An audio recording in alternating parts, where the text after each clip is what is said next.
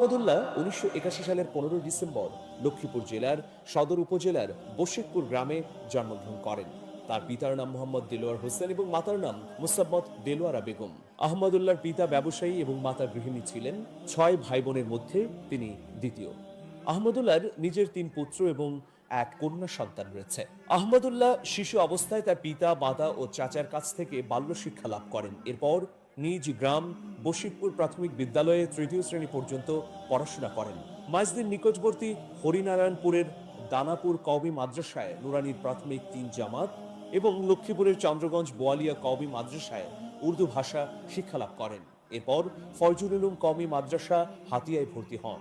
এখানে মুফতি ফয়জুল্লাহ শাগরিদ মুফতি সাইফুল ইসলামের নিকট মিজান নাহবিমির শিক্ষা গ্রহণ করেন। এই শিক্ষক তার নাম আহমদ হুসাইন থেকে পরিবর্তন করে আহমদুল্লাহ রাখেন। ১৯৮৮ সালের বন্যায় হাতিয়া অঞ্চল ক্ষতিগ্রস্ত হলে আহমদুল্লাহ নোয়াখালী ত্যাগ করে চট্টগ্রামের দারুল উলুম হাটহাজারী মাদ্রাসায় ভর্তি হন। এই মাদ্রাসায় তিনি মুফতি শহীদুল্লাহর শাগরেদ ও খাদেম ছিলেন। এছাড়াও এই মাদ্রাসায় জাকারিয়া আব্দুল্লাহ ও আনাস মাদানির সহপাঠী ছিলেন। হাটহাজারী পড়ার পর তিনি যশোরের দরাচানা কওমি মাদ্রাসায় ভর্তি হন এবং এই মাদ্রাসার অধীনে বেফাক বোর্ডের সানুবিয়াহ পরীক্ষায় ১০ম স্ট্যান্ড, মিশকাত ক্লাসে ৩য় স্ট্যান্ড এবং দাওরায়ে ক্লাসে ২য় স্ট্যান্ড করেন। সর্বশেষ খুলনা দারুল উলুম কওমি মাদ্রাসা থেকে ইফতা সম্পন্ন করেন। শায়খ আহমদুল্লাহ শিক্ষাজীবন শেষ করার পর ২০০৩ সালে দারুল রাশাদ বীরপুর কওমি মাদ্রাসায় শিক্ষক হিসেবে যোগদান করেন। পাশাপাশি নিকটস্থ মিরপুরের বাইতুল ফালাহ জামে মসজিদে ইমামতি ও খতিবের দায়িত্ব পালন করেন। ২০০৯ সালে ঢাকা ত্যাগ করে সৌদি আরবে গমন করেন এবং ধর্ম মন্ত্রণালয়ের আওতায় পশ্চিম দাম্মাম ইসলামী দাওয়া কেন্দ্রের অনুবাদক এবং ধর্ম প্রচারক হিসেবে যোগদান করেন। তবে সেখানে ১০ বছর কাজ করার পরে প্রখ্যাত ইসলামিক স্কলার খন্দকার আব্দুল্লাহ জাহাঙ্গীরের পরামর্শে বাংলাদেশে ফিরে আসেন। দেশে এসে তিনি আসুন্নাহ ফাউন্ডেশন নামের সমাজসেবী সংস্থা প্রতিষ্ঠা করেন।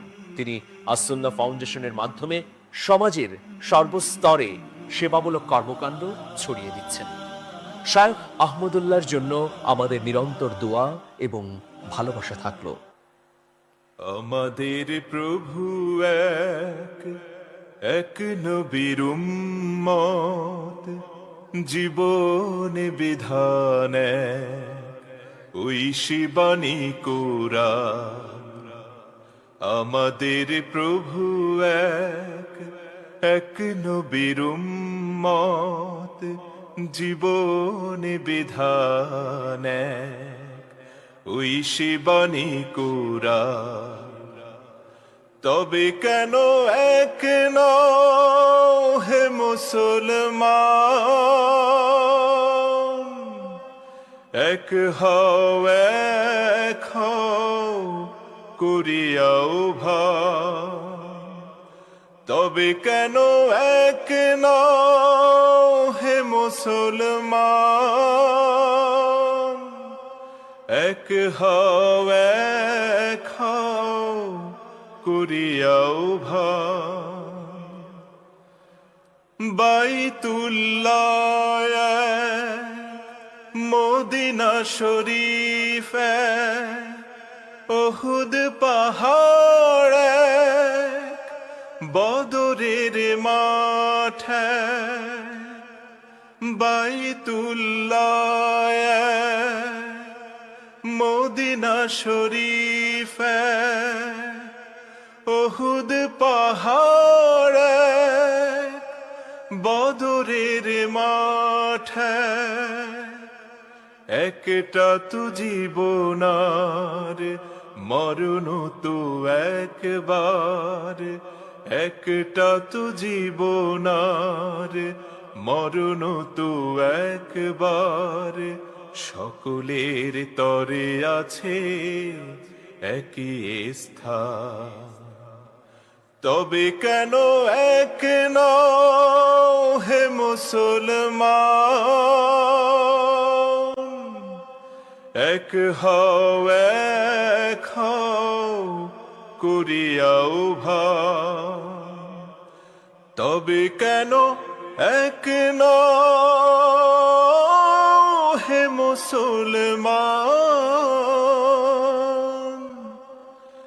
এক হও এক হও করিয়াও ভাই। হাসরের মাঠে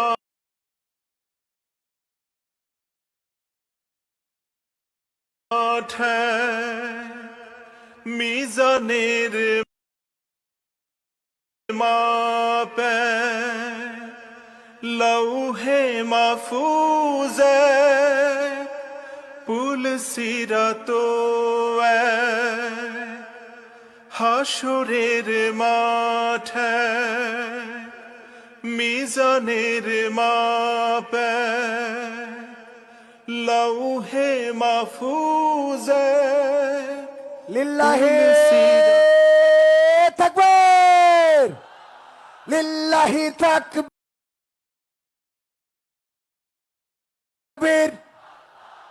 শেখ আহমদুল্লাহর আগমন যশোরবাসীর পক্ষ থেকে, খুলনাবাসীর পক্ষ থেকে নারায়ে তাকবীর, নারায়ে তাকবীর। শেখ আহমদুল্লাহ সাহেবের আগমন শুভেচ্ছা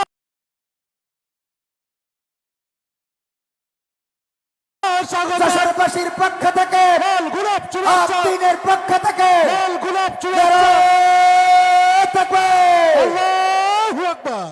আমাদের আজকের সম্মানিত মেহমান, যে দুজন সম্মানিত মেহমানের জন্য আমরা অধীর আগ্রহে সকাল থেকে এই মাঠে কুয়াশায় ভিজে রোদের তাপে পুড়ে অপেক্ষা করছি।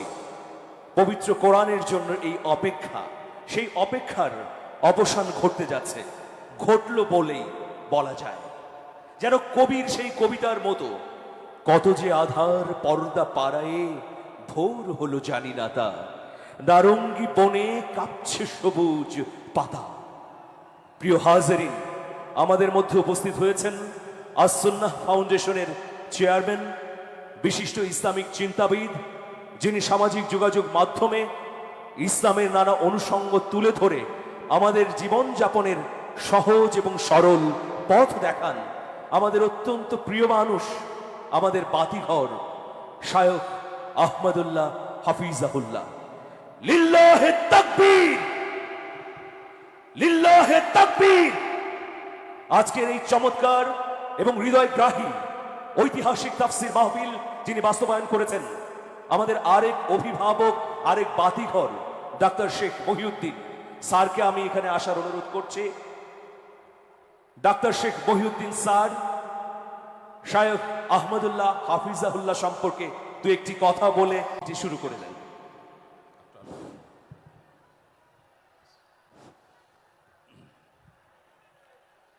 সবাই একটু লাইট জ্বালায়, মোবাইলের লাইট জ্বালায়, একটু মোবাইলের লাইট, সবাই মোবাইলের লাইট, সবাই মোবাইল লাইট, সবাই মোবাইলের লাইট, সবাই সবাই জ্বালায়, সবাই জ্বালায়, সবাই জ্বালায়।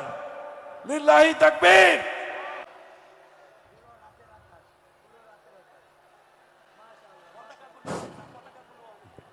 পতাকাগুলো উঠাই দিন, পতাকাগুলো উঠাই দিন।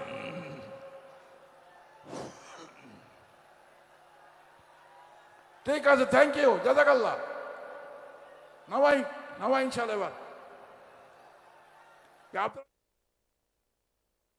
আলহামদুলিল্লাহ খুশি, আলহামদুলিল্লাহ খুশি তো। আজকে যিনি আপনাদের সামনে কথা বলবেন, বয়ান করবেন, উনি আমাকে অত্যন্ত ভালোবাসেন, উনি আমাকে অত্যন্ত ভালোবাসেন। আর আমি ওনাকে ভালোবাসি কিনা সেটা উনি বলবেন, আমি জানি না।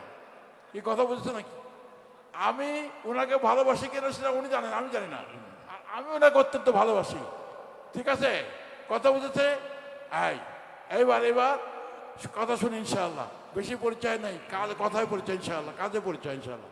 ওনার কাজে ওনার পরিচয়, ওরা আপনারা সবাই জানেন আল-সুন্নাহ ফাউন্ডেশন কি কি কাজ করে আপনি জানেন, এবং আল-সুন্নাহ ফাউন্ডেশনের উনি হচ্ছে কর্ণধার। এবার ওনার কাছ থেকে আমরা কথা শুনি ইনশাআল্লাহ। আসসালামু আলাইকুম ওয়া রাহমাতুল্লাহ। ঠিক আছে,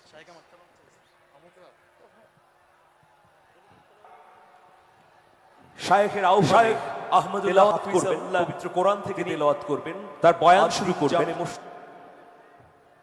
তার আগে শায়েখের আহ্বানে তেলাওয়াত করবেন, পবিত্র কোরআন থেকে তেলাওয়াত করবেন আদ-দ্বীন জামে মসজিদের সম্মানিত পেশ ইমাম হাফেজ সাইদুল ইসলাম।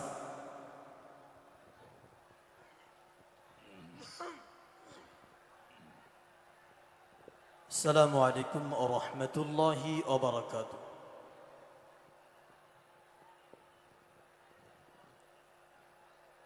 أعوذ بالله من الشيطان الرجيم.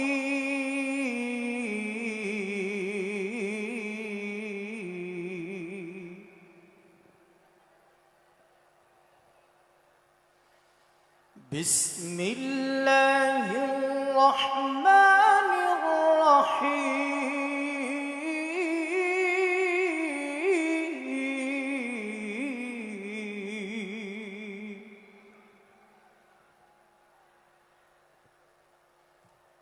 إن ربك لبالمرصاد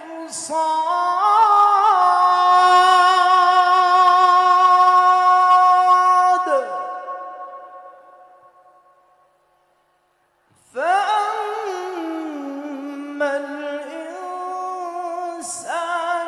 إذا ما ابتلاه ربه فأكرمه ونعمه فيقول ربي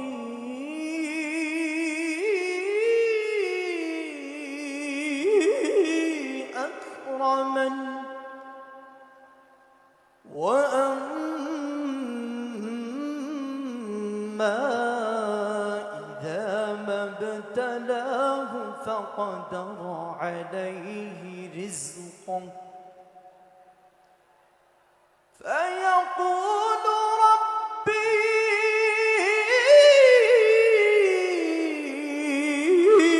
أهانن كلا بل لا تكرمون اليتيم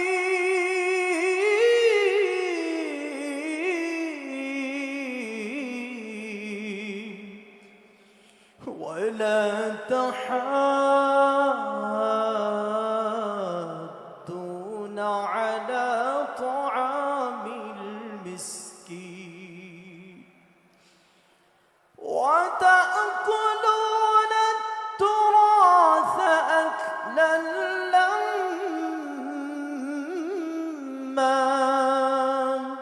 وتحبون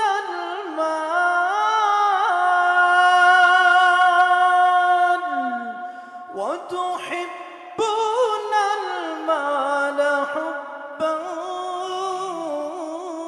جما كلا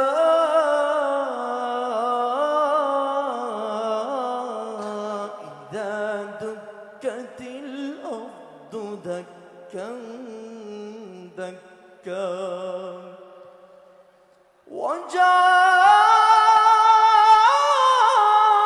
وجاء ربك والملك صفا صفا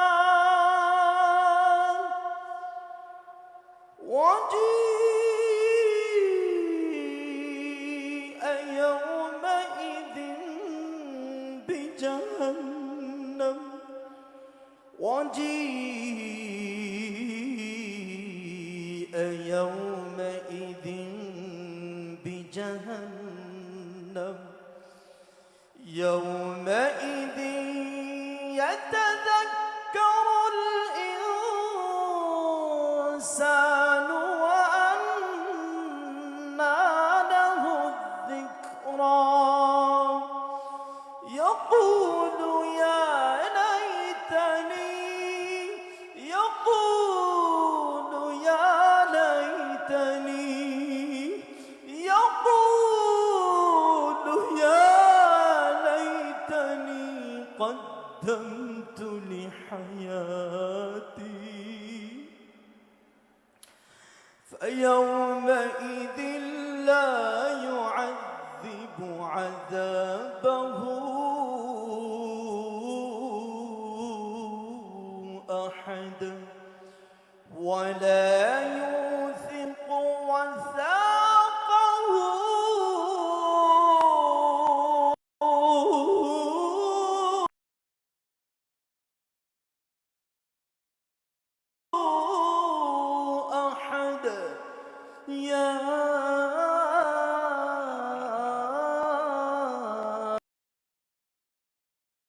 أيتها النفس المطمئنة ارجعي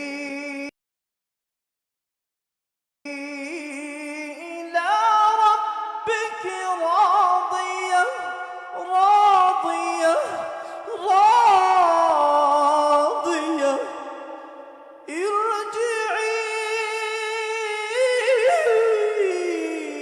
إلى ربك راضية راضية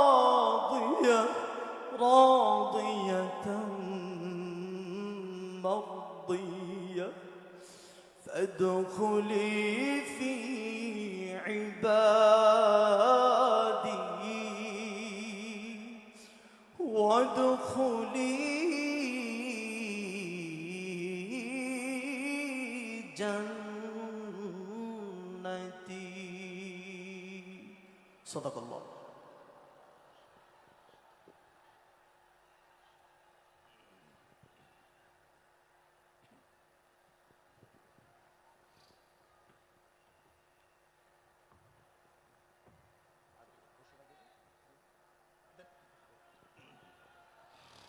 সুপ্রিয় হাজারিন, লিল্লাহে তাকবীর, লিল্লাহে তাকবীর, লিল্লাহে তাকবীর।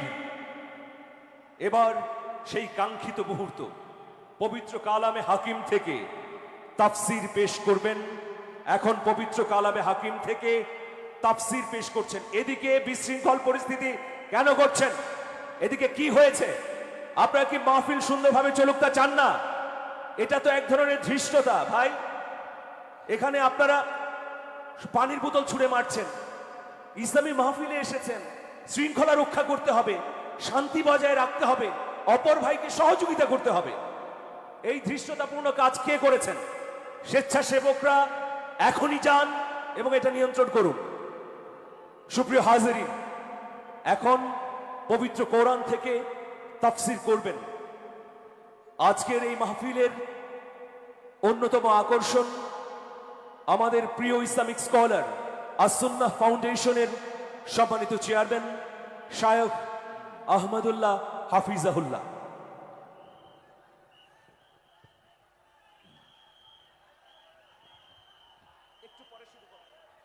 আসসালামু আলাইকুম ওয়া রাহমাতুল্লাহি ওয়া বারাকাতুহু। আপনারা সবাই ভালো আছেন?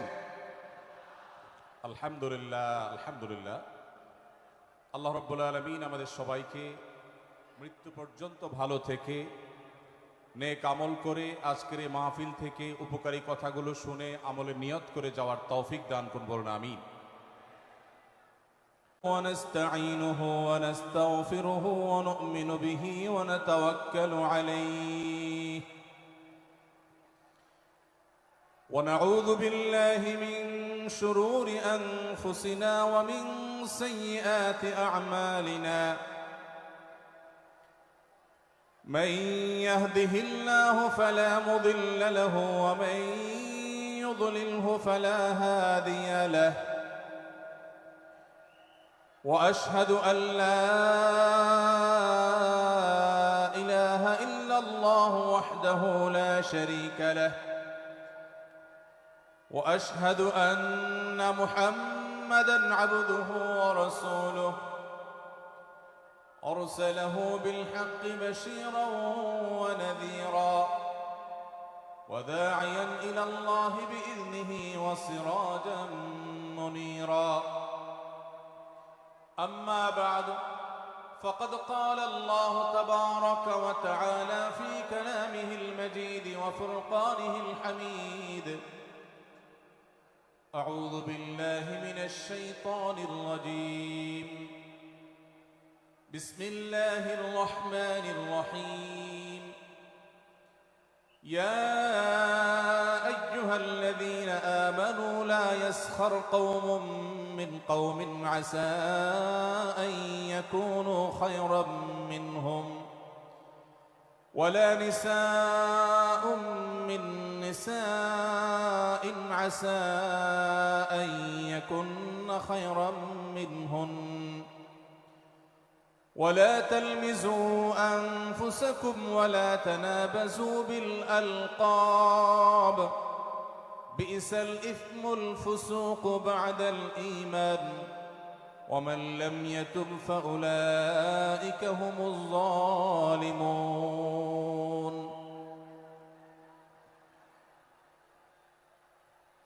আদ্দিন ফাউন্ডেশন কর্তৃক আয়োজিত আজকের এই ঐতিহাসিক মাহফিলের সম্মানিত সভাপতি ওয়াজিবুল ইহতারাম, সম্মানিত উলামায়ে কেরাম, দূর দূরান্ত থেকে আগত, দেশের প্রত্যন্ত অঞ্চল থেকে আসা আমার প্রাণ প্রিয় দিন দরদি ভাইয়েরা এবং পর্দার আড়াল থেকে যে সমস্ত মা বোনরা আমাদের শুনছেন, সে সকল মা ও বোনেরা, আল্লাহ রাব্বুল আলামিন আমাদেরকে কোরআনে কারীম থেকে, নবী করিম সাল্লাল্লাহু আলাইহি সাল্লামের হাদিস থেকে গুরুত্বপূর্ণ বক্তব্য শোনার জন্য আজ আদ্দিন সকিনা মেডিকেল কলেজ হসপিটালের এই বিশাল মাঠে সমবেত হওয়ার তৌফিক দিয়েছেন। সেজন্য রব্বে কারীমের কাছে আমরা শুকরিয়া জানাই, আলহামদুলিল্লাহ। সম্মানিত উপস্থিতি, এই বিশাল বড় জনসমাগম, এই বিশাল বড় ওয়াজ মাহফিল, এই মাহফিলের শৃঙ্খলা রক্ষা করার জন্য এবং মাহফিলটিকে সুচারুরূপে শেষ পর্যন্ত সমাপ্ত করবার জন্য আমাদের প্রত্যেকের সহযোগিতা প্রয়োজন। আমরা অনেকেই বেশ নীরবে নিঃশব্দে আলোচনা শুনছি, আবার এর মধ্যে আশপাশ থেকে বিভিন্ন আওয়াজ শোনা যাচ্ছে। আমি আপনাদেরকে বিনীতভাবে অনুরোধ করতে চাই, সবাই নীরবতা অবলম্বন করুন এবং সবাই শৃঙ্খলা মেনটেন করে চলুন। আমরা কিছুটা অসুবিধা অনুভব করছি, হয়তো অনেকে দেখতে পাচ্ছি না, কিন্তু বিশাল বড় মনিটর আছে, অনেকগুলো মনিটর, এলইডি মনিটর রাখা আছে। অতএব আমরা যদি একটু ধৈর্য ধারণ করি, মনোযোগ দিয়ে কথা শুনি, তাহলে সেটা আমাদের উপকারে আসবে ইনশাআল্লাহ। আজকের এই মাহফিলে আসার আমাদের যে মূল উদ্দেশ্য, কোরআন এবং হাদিস থেকে আলো গ্রহণ করা, আমাদের জীবনকে কোরআনের আলোতে আলোকিত করা, আল্লাহ এবং তার রাসূল সাল্লাল্লাহু আলাইহি ওয়াসাল্লামের আদর্শে আমাদেরকে আদর্শবান হিসাবে গড়ে তোলা। আমরা সে আদর্শের সঠিক শিক্ষা গ্রহণ করবার প্রয়োজনে প্রত্যেকে ধৈর্য ধারণ করি, সবর করি এবং যে সমস্ত অসুবিধাগুলো আমাদের হচ্ছে, অনেকে দেখতে পাচ্ছেন না, সে অসুবিধাগুলো আজকের এই মাহফিলটি, এই মাঠের প্রথম মাহফিল। ইনশাআল্লাহ কর্তৃপক্ষ পরবর্তীতে এই মাহফিল যখন আয়োজন করবে, আমরা আশা করব তারা এবারের ভুলগুলো শুধরে নিয়ে পরবর্তীতে দর্শকদের কোনো অসুবিধা যেন না হয় সেই দিকটি তারা বিবেচনা করবেন। আমি আপনাদেরকে ধৈর্য ধারণ করার অনুরোধ করছি। আপনারা সবাই সবর করে, ধৈর্য ধারণ করে, নীরবে নিঃশব্দে আলোচনা শুনুন। আল্লাহ আমাদের সবাইকে তৌফিক দান করুন। আমাদের আশেপাশে যারা কথা বলছেন, যারা শব্দ করছেন, সে সমস্ত ভাইদেরকে আশপাশে ভাইয়েরা অনুরোধ করে, অনুনয় বিনয় করে, শক্ত ভাষায় নয়, কোমলতার সাথে, বিনম্রতার সাথে অনুরোধ করে তাদেরকে আমরা করজোড় করে, অনুরোধ করে, রিকোয়েস্ট করে তাদেরকে আমরা নীরব করি, নিঃশব্দ করি এবং নীরবে ওয়াজ এবং আলোচনা শোনার পরিবেশ যেন তারা করেন, সেজন্য তাদেরকে সহযোগিতা করি। মাশাআল্লাহ, অনেকখানি নিস্তব্ধ হয়েছে, বাকি যে আওয়াজ হচ্ছে সেটাও আমরা বন্ধ করার চেষ্টা করি। কোরআনের মজলিসে, কোরআনের আলোচনার মজলিসে যদি বিশৃঙ্খলা করা হয়, আলোচনা করা হয়, কথাবার্তা বলা হয়, অন্যকে শুনতে অসুবিধা সৃষ্টি করা হয়, তাহলে সেটা আলাদা একটা গুনাহের কাজ, যেটা ওয়াজের প্যান্ডেলে বসে এই গুনাহের কাজ কোন অবস্থাতে আমরা করতে পারি না। সেজন্য আমরা আশা করব শেষ পর্যন্ত ইনশাআল্লাহ আজকে এই 3 দিন ব্যাপী তাফসীর কোরআন মাহফিলের শেষ দিন, একেবারে শেষ মুহূর্ত পর্যন্ত আমরা নীরব নিস্তব্ধ হয়ে আলোচনা শুনব। সারা দেশে যত শত সহস্র মাহফিল হচ্ছে, আজকের এই মাহফিল নানা কারণে অনন্য এবং একটা বিশেষ দৃষ্টান্ত স্থাপন করেছে। আজকের এই মাহফিলের অন্যতম বৈশিষ্ট্য হলো যে এই মাহফিলে গতানুগতিক মাহফিলগুলোর মতো গভীর রাত পর্যন্ত আলোচনা হয় না। এটি একটি ভালো দিক এবং একটি আদর্শ মাহফিলের অন্যতম পূর্ব শর্ত। গভীর রাত পর্যন্ত দূর দূরান্তে মাইক লাগিয়ে ওয়াজ মাহফিল আয়োজন করা কোনো আদর্শ মাহফিলের চিত্র হতে পারে না। সেই বিচারে, সেই দৃষ্টিকোণ থেকে আদ্দিন ফাউন্ডেশনের আজকের এই মাহফিলটি অত্যন্ত চমৎকার এবং অসাধারণ মাহফিল। কারণ এই মাহফিলের গত 2 দিনের খবর আমি নিয়েছি এবং আজকের দিন সম্পর্কে আমি জেনেছি যে গভীর রাত পর্যন্ত এবং দূর দূরান্ত পর্যন্ত মাইক লাগিয়ে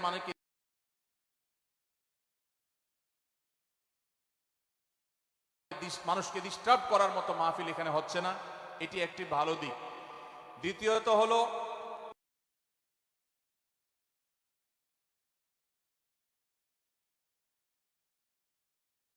ওয়াজ মাহফিল থেকে শুধুমাত্র ওয়াজ বা আলোচনা নয়, এখান থেকে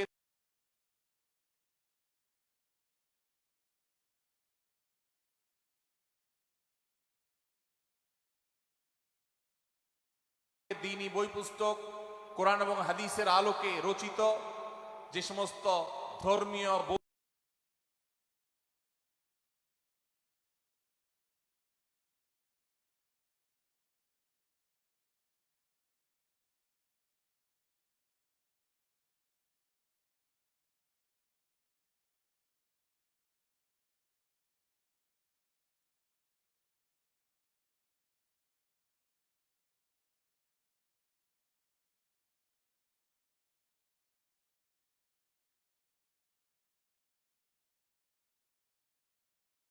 বই পুস্তক আমাদের প্রয়োজন হয়, সেই সমস্ত বইয়ের প্রয়োজন মেটাবার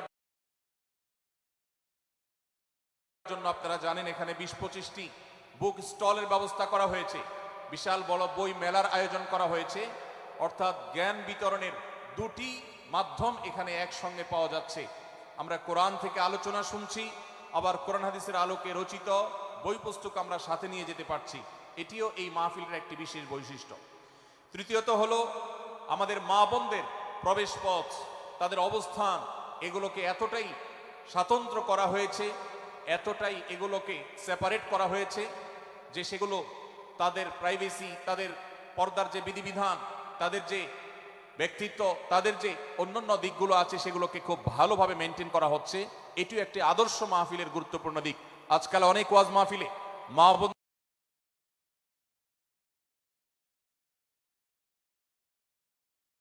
নিজের চিকিৎসা সম্পর্কে স্টেপ কিভাবে নেবেন সে সম্পর্কে আদ্দিন সকিনা মেডিকেল কলেজের তরফ থেকে একটি বিশেষ আয়োজন হলো, যে বিশেষ ক্যাম্প এবং বুথ করে করে আমাদের দর্শক শ্রোতাকে এই দিক থেকে বিশেষ সার্ভিস দেওয়া হচ্ছে। পর্যাপ্ত টয়লেটের ব্যবস্থা করার কথা আমি শুনতে পেরেছি, জানতে পেরেছি, এবং বক্তাদের, আলোচকদের বিভিন্ন উক্তি সম্বলিত ফেস্টুন আমি দেখেছি, যেটা অত্যন্ত নতুন একটা দিক। যদিও সেখানে বক্তাদের ছবি না থাকলে, প্রিন্টেড ছবি না থাকলে সেটা ভালো ছিল। আমি আশা করব কর্তৃপক্ষ সেটি পরবর্তীতে খেয়াল রাখবেন। সেই সাথে আমি একটি বিশেষ অনুরোধ তাদেরকে করেছি, তা হলো এই 3 দিন ব্যাপী তাফসিল কোরআন মাহফিলে আলোচকগণ কোরআন এবং হাদিস থেকে যে সমস্ত আলোচনা বক্তব্য পেশ করেছেন এবং করবেন তার সবগুলোর সামারি একটি স্মারক গ্রন্থ আকারে যদি প্রকাশ করা হয়, একটি স্মারক পুস্তিকা আকারে প্রকাশ করার পর যদি এটি বিতরণ করা হয়, তাহলে মাহফিলটি হারিয়ে যাবে না, মাহফিলটি আমাদের ঘরে ঘরে থেকে যাবে, আমাদের জীবনকে আলোকিত করবে। আমি আশা করব ওয়াজ মাহফিল, যেটি এই দেশের সবচেয়ে প্রাচীনতম কালচারের অন্যতম, এদেশের সবচেয়ে শক্তিশালী সংস্কৃতির অন্যতম হলো ওয়াজ মাহফিল। এই ওয়াজ মাহফিলগুলো আদর্শ ওয়াজ মাহফিলে পরিণত হবে। এই ওয়াজ মাহফিলগুলো মানুষের বিরক্তির কারণ হবে না। শহর এলাকায় রাত বিরাতে, গভীর রাত পর্যন্ত দূর দূরান্তে মাইক লাগিয়ে মানুষের দুর্ভোগ সৃষ্টির কারণ হবে না। উচ্চ শব্দ দিয়ে মানুষকে বিরক্ত করার কারণ হবে না মাহফিলগুলো। আমরা যদি আদর্শ ওয়াজ মাহফিলের দৃষ্টান্ত স্থাপন করতে পারি, তাহলে এই দেশ কোরআনের আলোয় আলোকিত হবে, হাদিসের আলোকে আলোকিত হবে, আমাদের ঘরগুলো আলোকিত হবে দ্বীনের নূর এবং আলো দ্বারায়। আল্লাহ রাব্বুল আলামিন আমাদের সবাইকে কোরআন এবং হাদিসের আলো থেকে আলোকিত হওয়ার তৌফিক দান করুন। আজকের এই মাহফিলে আমরা যেরকম সবাই সমবেত হয়েছি, মাশাআল্লাহ, চরম নীরব নিস্তব্ধ পরিবেশে সবাই পিনপতন নীরব হয়ে এই মুহূর্তে কথা শুনছি। আমি আশা করব শেষ মুহূর্ত পর্যন্ত আমরা এই অবস্থা বজায় রাখবো। আরশে আজিমের মালিকের কাছে ফরিয়াদ করি, হে আল্লাহ, হে আরশের মালিক, আপনি আমাদের সবাইকে এখানে যেরকম একত্রিত হওয়ার তৌফিক দিয়েছেন। জান্নাতুল ফেরদাউসের আঙ্গিনায় প্রিয় হাবিব মুহাম্মদ মুস্তাফা সাল্লাল্লাহু আলাইহি সাল্লামের সাথে আমাদেরকে এরকম একত্র হওয়ার, সমবেত হওয়ার তৌফিক দান করুন, বলুন আমিন। সম্মানিত ভাইয়েরা, আমি আপনাদের সম্মুখে কোরআনে কারীমের গুরুত্বপূর্ণ একটি সূরা, সূরা হুজরাতের একটি আয়াত তেলাওয়াত করেছি। সূরা হুজরাতের 7টি বিশেষ সামারি আপনাদের সামনে আমি তুলে ধরতে চাই। এই সূরার বিশেষ তাৎপর্য, এই সূরার যে বিশেষ বার্তা, আজ বাংলাদেশের যে সমাজ বাস্তবতা রয়েছে, সেই সমাজ বাস্তবতায় সূরাতুল হুজরাত প্রতিটি ঘরে ঘরে প্রত্যেক মুসলমানকে বারবার পাঠ করা, পুনর্পাঠ করা প্রয়োজন। আমার রব, আমার আল্লাহ যদি আমাকে শক্তি সামর্থ্য দিতেন, আমি আমার দেশের প্রত্যেক মুসলিম ভাইকে বোনকে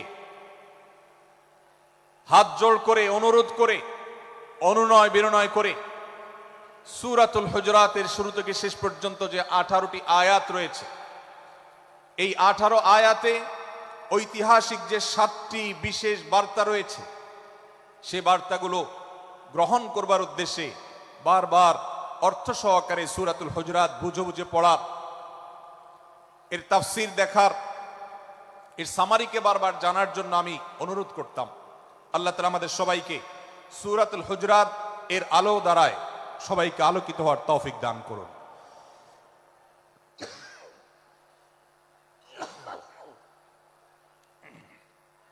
সম্মানিত উপস্থিতি, আমি যে সূরার সামারি আপনাদেরকে বলতে যাচ্ছি, যে সূরাকে সামনে রেখে আজকের এই ঐতিহাসিক মাহফিলে কোরআনে কারীমের দেওয়া 7টি বার্তা দিতে চাইছি, সেই সূরার নাম হলো সূরাতুল হুজরাত। এই সূরা কোরআনে কারীমের 26তম পারায় অবস্থিত এবং এই সূরা কোরআনে কারীমের সূরার যে সিরিয়াল, সেই সূরার সিরিয়ালে 49তম সূরা।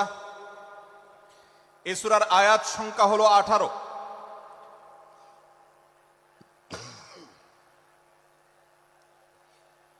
এই সূরার প্রথম থেকে 5ম আয়াত পর্যন্ত, প্রথম এই 5টি আয়াতে আল্লাহ রাব্বুল আলামিন তার প্রিয় নবী মুহাম্মদ মুস্তাফা সাল্লাল্লাহু আলাইহি ওয়াসাল্লাম, সবাই দুরূদ পড়ি, সাল্লাল্লাহু আলাইহি ওয়াসাল্লাম, প্রিয় নবীজির নাম শুনলে দুরূদ পাঠ করতে হয়, তার জন্য দোয়া করতে হয়।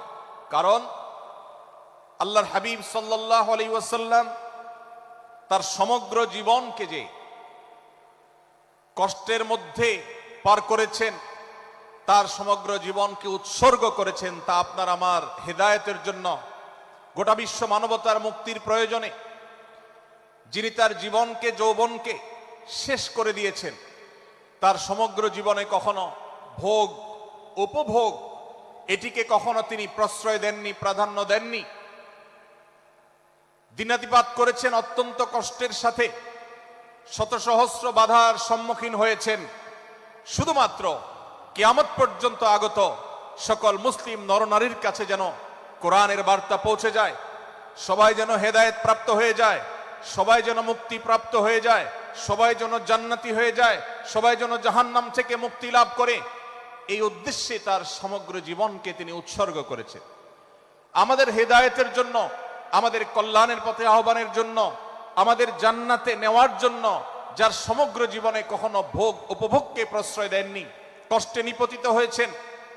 তিনি চাইলে মক্কার রাজত্ব করতে পারতেন, তিনি চাইলে মক্কার সবচেয়ে ভোগী মানুষ হতে পারতেন, কিন্তু সেটা না করে তিনি যে ত্যাগের দৃষ্টান্ত স্থাপন করেছেন, প্রিয় নবী মুহাম্মদ সাল্লাল্লাহু আলাইহি সাল্লামের সেই অবদানের স্বীকৃতি স্বরূপ আমরা তার নাম যখনই শুনব সাল্লাল্লাহু আলাইহি সাল্লাম বলে তার প্রতি আল্লাহর রহমত যেন, অনুগ্রহ যেন নাজিল হয়, সেজন্য দোয়া করব।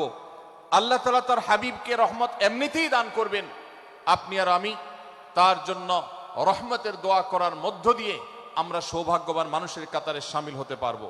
তো আমি যেটি বলছিলাম, সূরাতুল হুজরাতের 1 থেকে 5 নম্বর আয়াত পর্যন্ত এই 5টি আয়াতে আল্লাহ রাব্বুল আলামিন প্রিয় নবী সাল্লাল্লাহু আলাইহি সাল্লামের সাথে আদব এবং শিষ্টাচারের শিক্ষা দিয়েছেন মানব জাতিকে।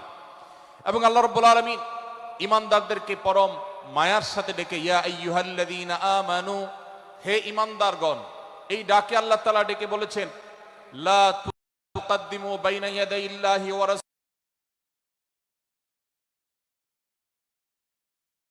রাসূলিহি, তোমরা আল্লাহ এবং তার রাসূলের সামনে আগ বেড়ে কোনো কথা বলবে না, আগ বেড়ে কোনো কাজ করবে না।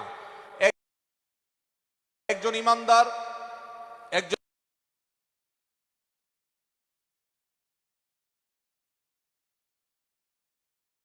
মুসলমান তার এই শিষ্টাচারের শিক্ষা তার জীবনে ধারণ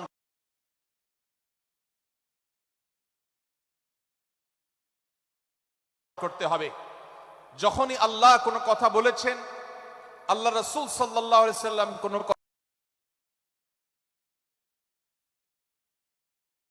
কথা বলেছেন, এটি নিশ্চিত হতে পারবো আমরা, তখন একজন ঈমানদার আর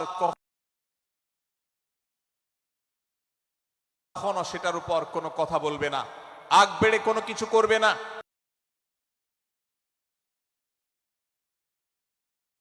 কোন প্রকার সীমা লঙ্ঘন করবে না। ক্বাল আল্লাহ ক্বাল রাসূল, আল্লাহ বলেছেন, আল্লাহর রাসূল বলেছেন, এটি শোনার পর সে তার আপদ মস্তককে সারেন্ডার করবে, সে নিজেকে আত্মসমর্পণ করবে। এরপর তার কোনো যুক্তিকে, কোনো বুদ্ধিকে, তার কোনো মতামতকে সে সেখানে আর দাঁড় করাবার চেষ্টা করবে না। এটা একজন শিষ্টাচার বিশিষ্ট ঈমানদারের বৈশিষ্ট্য।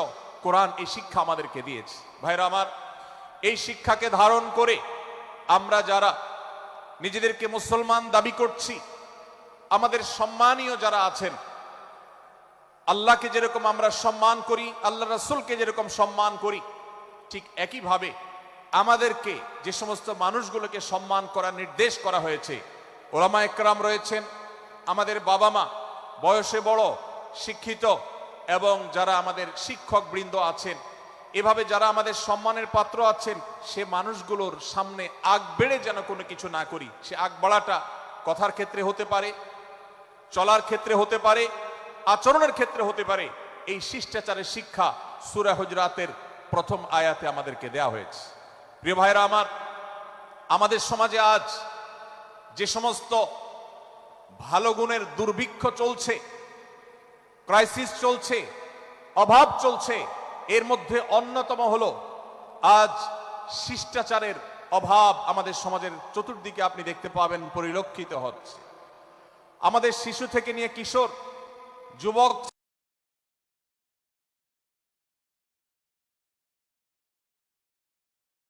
থেকে নিয়ে মধ্যবয়স্ক সকল শ্রেণী মানুষের মধ্যে আজ আদব এবং শিষ্টাচারের ভয়াবহ অভাব আমরা দেখতে পাচ্ছি। বিশেষ করে পশ্চিমা সংস্কৃতিকে আমাদের এই স্বদেশে, আমাদের এই মুসলমানদের সমাজে জোর করে পুশ করাবার, সে সমস্ত এজেন্ডাকে বাস্তবায়ন করবার যে প্রচেষ্টা এদেশের এক শ্রেণীর মানুষকে করতে দেখা যায়, তারা এদেশের সমাজের খাঁজে বাজে থাকা ইসলামের কৃষ্টি, কালচার এবং সংস্কৃতিগুলোকে ধুয়ে মুছে পরিষ্কার করবার জন্য শত সহস্র উদ্যোগ নিয়েছে। আমাদেরকে কোরআনের শিক্ষা ধারণ করে, কোরআনের শিক্ষাকে প্রচার করে, কোরআনের শিক্ষাকে প্রতিষ্ঠিত করে ব্যক্তির মধ্যে, ঘরে, পরিবারে, সমাজে, রাষ্ট্রে, সংবিধানে, আইনে, সংসদে, সর্বত্র কোরআনের শিক্ষাকে বাস্তবায়ন করে সেই সমস্ত ভিনদেশী অপসংস্কৃতি চাপিয়ে দেওয়ার ষড়যন্ত্রকে মোকাবেলা করতে হবে ইনশাআল্লাহ। ভাইরা আমার, আর সেজন্য সূরা হুজরাতের এই শিষ্টাচারের শিক্ষা আমাদের জীবনে খুবই গুরুত্বপূর্ণ। আমরা যখনই কোনো সম্মানীয় ব্যক্তির কাছে আমরা থাকব, তাদের কথার উপরে কথা বলা, তাদের সাথে তর্ক করা, তাদের সামনে আগ বেড়ে কথা বলা, এমনকি তারা যখন চলবেন তাদের সামনে সামনে হাঁটা, এই সবগুলো কোরআনের এই শিষ্টাচারের যে শিক্ষা আছে এর পরিপন্থী। প্রিয় নবী সাল্লাল্লাহু আলাইহি সাল্লামের সময়কার একটি ঘটনা, এক ব্যক্তি তার বাবার সাথে হেঁটে যাচ্ছিলেন, ভাবে দেখে বোঝা যায় না, এরকম কোনো কোনো ক্ষেত্রে হয়। জিজ্ঞেস করা হলো তাদেরকে, তোমাদের মধ্যে বাবাকে সন্তানকে, বলা হলো যে অমুক বাবা অমুক সন্তান। তখন নির্দেশনা দেওয়া হলো যে সন্তান তার হাঁটা এবং চলার মধ্য দিয়ে এই বিনয়ের প্রকাশ ঘটাতে হবে, আনুগত্যের প্রকাশ ঘটাতে হবে, সম্মান এবং শ্রদ্ধার প্রদর্শন করতে হবে, যার মধ্য দিয়ে বোঝা যায় যে কে সন্তান আর কে বাবা। এর জন্য জিজ্ঞেস করতে না হয়। আজ আমাদের যারা তরুণ আছি, আমরা যুবক আছি, আমরা অনেকেই পশ্চিমা সংস্কৃতি দ্বারা প্রভাবিত হয়ে আমরা শিষ্টাচারের এই গণ্ডি এবং সীমানা পার হয়ে চলে গেছি। কোরআন আমাদেরকে শিক্ষা আমাদেরকে দেওয়া হয়েছে। ভাইরা আমার, প্রিয় নবী সাল্লাল্লাহু আলাইহি সাল্লামের সাহাবীরা নবী সাল্লাল্লাহু আলাইহি সাল্লামের প্রতি আদব এবং শিষ্টাচার এত বেশি প্রদর্শন করতেন যে নবী করিম সাল্লাল্লাহু আলাইহি সাল্লামের প্রতি এই শিষ্টাচারের কথা যখন বলা হয়, সাহাবীরা অনেকে নবী করিম সাল্লাল্লাহু আলাইহি সাল্লামের সাথে কথা বলতে রীতিমতো ইতস্তত বোধ করছিলেন যে কিভাবে কথা বলবো, না জানি জোরে হয়ে যায় এবং তাতে না জানি আমি বেয়াদবের কাতারে শামিল হয়ে যাই, শিষ্টাচার বহির্ভূত কাজ করে ফেলি। এবং আল্লাহ তাআলা যে সতর্কীকরণ করেছেন সূরা হুজুরাতের এই 1 থেকে 5 নম্বর আয়াতের মধ্যে, তার আওতায় আমি না জানে পড়ে যাই। তখন সাহাবা ইকরাম বিনয় এবং বিনম্রতা অবলম্বন করেছেন এবং তারা একরকম বিপাকে পড়ে গেছেন। এতটা তারা সভ্য ছিলেন, এতটা তারা নম্র ছিলেন, এতটা তারা বিনম্র আচরণ করতেন নবীজির সাথে। ভাইরা আমার, এই বিষয়টিও আমরা শুধুমাত্র আমাদের প্রিয় নবীজির জন্য নয়, এটি আমাদের মা বাবা, আমাদের সম্মানের পাত্র যারা আছেন, আমাদের বয়সে যারা সিনিয়র আছেন, তাদের সামনে কথা বলার সময় আমরা মেনটেন করে চলবো। অর্থাৎ আমরা উচ্চ কণ্ঠে তাদের সামনে কথা বলবো না। এই মাহফিলে এখনো শত শত হাজারো মানুষ হয়তো এমন আছেন যারা মায়ের সামনে, বাবার সামনে, বড় ভাইয়ের সামনে, শিক্ষকের সামনে, সিনিয়রদের সামনে, মুরব্বীদের সামনে, ওলামাদের সামনে উচ্চ কণ্ঠে কথা বলেন। প্রিয় ভাইরা আমার, আমরা মুসলমানদের সন্তান, আমরা মুহাম্মদ সাল্লাল্লাহু আলাইহি সাল্লামের উম্মত, আমরা আবু বকর, ওমর, ওসমান, আলী রাদিয়াল্লাহু আজমাইনের অনুসারী, আমরা কোরআনের অনুসারী। কোরআনের অনুসারী কখনো বেয়াদব হতে পারে? কোরআনের অনুসারী কখনো বেয়াদব হতে পারে? কোরআন যে শিষ্টাচারের শিক্ষা দিয়েছে, এই শিক্ষা আজ আমাদের মধ্যে ধারণ করতে হবে, আমাদের সন্তানদের শেখাতে হবে, আমাদের ঘরে ঘরে এই শিক্ষা চর্চা করতে হবে, আমাদের সমাজে এটিকে প্রতিষ্ঠিত করতে হবে। পশ্চিমা সংস্কৃতির যে ছোবল, সে ছোবল আমাদের সন্তানদেরকে আজকাল অনেক ক্ষেত্রে বেয়াদবে পরিণত করছে, তাদের অনেক সময় শিষ্টাচার থেকে বের করে দিচ্ছে। তারা কখনো স্বাধীনতার নামে, কখনো মত প্রকাশের নামে, কখনো বিভিন্ন নামে তারা কিন্তু হারিয়ে যাচ্ছে। আজকের এই বাস্তবতাকে উপলব্ধি করে সূরা হুজুরাতের 1 থেকে 5 নম্বর আয়াত এর শিক্ষাকে আমাদের মধ্যে ধারণ করতে হবে। আল্লাহ তাআলা আমাদের সবাইকে সেই তৌফিক দান করুন। ভাইরা আমার, সূরা হুজুরাতের প্রথম বার্তা প্রিয় নবী সাল্লাল্লাহু আলাইহি সাল্লামের সাথে শিষ্টাচার। আল্লাহ এবং তার রাসূলের সামনে, আল্লাহ এবং তার রাসূলের সামনে আগ বেড়ে কোনো কথা না বলা, আগ বেড়ে কোনো আচরণ না করা, এটা তার প্রতি শিষ্টাচারের অংশ। এবং আল্লাহ রাসূলের সামনে উচ্চ কণ্ঠে জোরে কথা না বলা, এটাও তার প্রতি শিষ্টাচারের অংশ। আল্লাহ তাআলা আমাদেরকে এই শিষ্টাচার আমাদের জীবনের প্রত্যেকটা পদে পদে ধারণ করার তৌফিক দান করুন, বলুন আমিন। ভাইরা আমার, সূরা হুজুরাতের দ্বিতীয় যে শিক্ষা, সেই শিক্ষাটা বর্ণিত হয়েছে এই সূরার 6 থেকে 8 নম্বর আয়াত। 6 থেকে 8 নম্বর এই আয়াতের মধ্যে আল্লাহ রাব্বুল আলামিন আমাদেরকে দ্বিতীয় শিক্ষা দিয়েছেন, ঈমানদার কখনো কোনো কথা বলার আগে সেই কথা সত্য কিনা, বাস্তব কিনা সেটি যাচাই বাছাই না করে বলবে না। ঈমানদার কখনো গুজবে কান দিবে না। ঈমানদার কখনো শোনা কথার উপরে ভিত্তি করে কোনো সিদ্ধান্ত গ্রহণ করবে না। এই শিক্ষাটাও আজকের বাস্তবতার আলোকে আমাদের সমাজের জন্য অত্যন্ত গুরুত্বপূর্ণ এবং প্রয়োজনীয়। প্রিয় ভাইরা আমার, আমাদের চতুর্পাশে যদি আমরা তাকাই, আমরা দেখতে পাবো সোশ্যাল মিডিয়াতে, ফেসবুকে আজকাল কোনো তথ্য উপাত্ত পেলে সেটার পরখ করা ছাড়া, যাচাই বাছাই করা ছাড়া, সত্য অসত্য নিরূপণ করা ছাড়া আমরা অনেকে সেটার প্রচার প্রচারণায় নেমে যাই। আমরা অনেকে সেটার শেয়ার দেওয়া শুরু করে দেই। আমরা অনেকে এটার উপর ভিত্তি করে অনেককে নিন্দা মন্দ করা শুরু করে দেই। এমনকি আজ আমরা যেই জায়গায় দাঁড়িয়ে আছি, বাংলাদেশের যে সামাজিক বাস্তবতা, সেই বাস্তবতার আলোকে বলা যায় অনেক সময় অনেক ব্যক্তিকে সমাজে মিডিয়ার মাধ্যমে নানাভাবে হয়রানি করে তাকে খারাপ মানুষ হিসাবে, কালপ্রিট হিসাবে দেখানো হয়, অথচ তার দোষ, যে সমস্ত দোষের কথা তাকে বলা হয়, যে সমস্ত দোষে তাকে দোষী বানানো হয়, সে সমস্ত দোষ থেকে তিনি শত সহস্র গুণ পবিত্র এবং পরিচ্ছন্ন। ভাইরা আমার, আজকের এই বাস্তবতায় আমাদেরকে বিশেষ করে লক্ষ্য রাখতে হবে যে আমরা যেই কোনো মূল্যে যেই কোনো ভাবে যেন কোনো প্রকার গুজবে কান না দেই, আমরা যেন গুজব থেকে বেঁচে থাকি। আল্লাহ তাআলা আমাদেরকে তৌফিক দান করুন। ভাই, এদিকে অনেক বেশি বাঁশির আওয়াজ শোনা যাচ্ছে। স্বেচ্ছাসেবকরা বাঁশির আওয়াজ দেওয়া ছাড়া আপনারা ভলান্টিয়ারি করুন। এত বেশি বাঁশির আওয়াজ আসছে যে কথা বলা কঠিন হয়ে যাচ্ছে। অনুগ্রহ করে বাঁশির আওয়াজ কম করে আপনারা ভলান্টিয়ারি করুন। এখনো অনেক বাঁশির আওয়াজ শোনা যাচ্ছে, বাঁশির আওয়াজগুলো বন্ধ করুন। মাশাআল্লাহ, এখন বন্ধ হয়েছে। আমরা মেহেরবানি করে বাম পাশের থেকে কিছুটা আওয়াজ পাচ্ছি, একটু নীরব নিস্তব্ধ হওয়ার জন্য অনুরোধ করছি। একটু নীরব নিস্তব্ধ না হলে কথা বলা যাবে না। অনুগ্রহ করে আমরা একটু সহযোগিতা করি এবং সবাই নীরব থাকি। ভলান্টিয়াররা অপ্রয়োজনে বাঁশির আওয়াজ দিবেন না, অপ্রয়োজনে বাঁশির আওয়াজ দিবেন না। আমাদের দেশে শব্দ দূষণ, শব্দ সন্ত্রাস, এটা এই দেশের কমন কালচার হয়ে গেছে। রাস্তায় যাবেন, প্রয়োজনে অপ্রয়োজনে গাড়ির হর্ন বাজাবে। যে কোনো প্রোগ্রামে যাবেন, প্রয়োজনে অপ্রয়োজনে বাঁশি বাজানো হবে। কদিন আগে 31st নাইট গেছে, আপনারা দেখেছেন। এত প্রচার প্রচারণা, এত সতর্কীকরণের পরেও, আইন শৃঙ্খলা রক্ষাকারী বাহিনী এত সতর্ক থাকার পরেও আপনারা দেখেছেন এক শ্রেণীর বুদ্ধি প্রতিবন্ধীরা তারা 31st নাইট উদযাপনের নামে শব্দ সন্ত্রাস করেছে। শত শত হাজারো মানুষের কষ্টের কারণ হয়েছে। প্রিয় ভাইয়েরা আমার, ধর্ম হোক আর রাজনীতি, বিনোদন হোক আর আনন্দ হোক,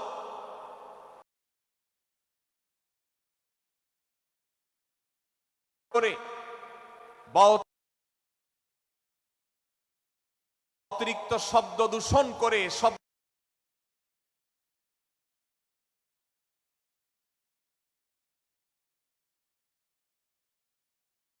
সৃষ্টি করে মানুষকে অতিষ্ঠ করার কারণ হয়, সেটা কোন সভ্য সমাজের দৃশ্য হতে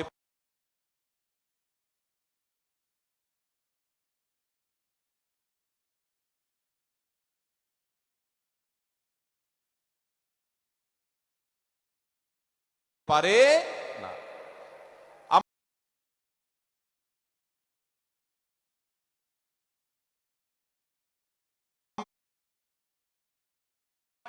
যে ইসলামে আমাদের প্রিয় নবী সাল্লাল্লাহু আলাইহি ওয়াসাল্লাম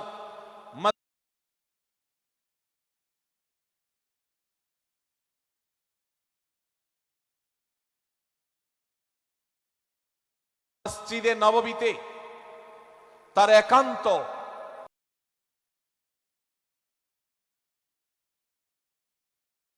পরিবেশের মধ্যে এক সাহাবী জোরে কোরআন তেলাওয়াত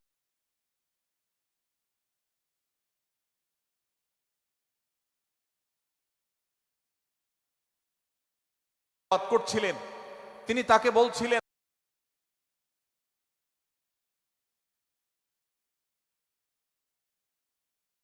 শোনাচ্ছ না? তোমার রব সবকিছু শুনতে পান।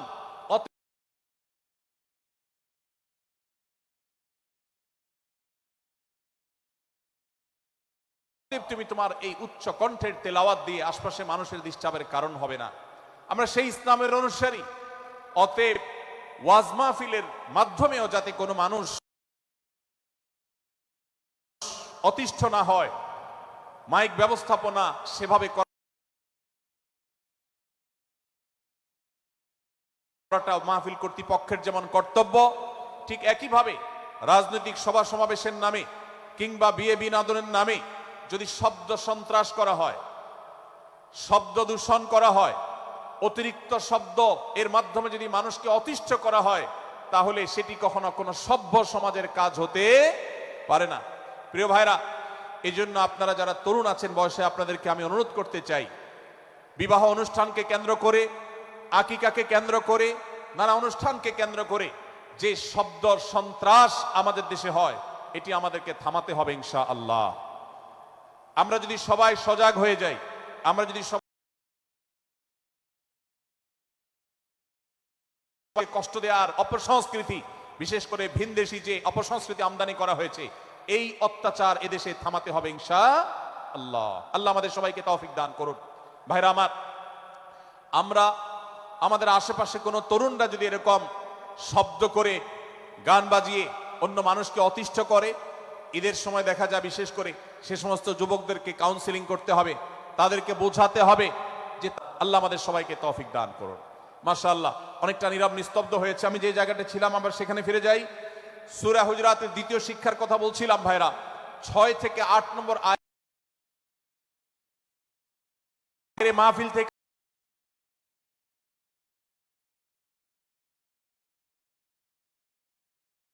ফেসবুকে, ইউটিউবে অথবা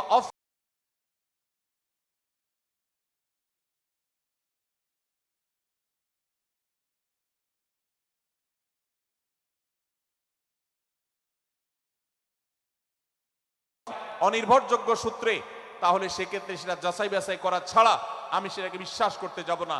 এটাই হলো আমাদের ঈমানের দাবি। ভাইরা আমার, একজন ঈমানদার এতটা সরল হবে না যে যা শুনবে সে সেটাকে বিশ্বাস করে বসবে। একজন ঈমানদার এতটা বাস্তবতা থেকে দূরে থাকবে না যে তিনি তার পাওয়া কোনো সংবাদকে অনুসন্ধান করবে না।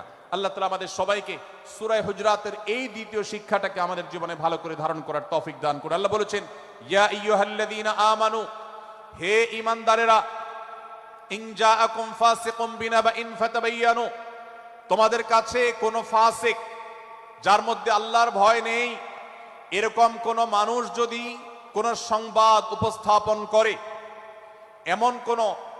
এমনকি গণমাধ্যমেও যদি কোনো সংবাদ প্রচারিত হয়, সংবাদদাতার মধ্যে যদি আল্লাহ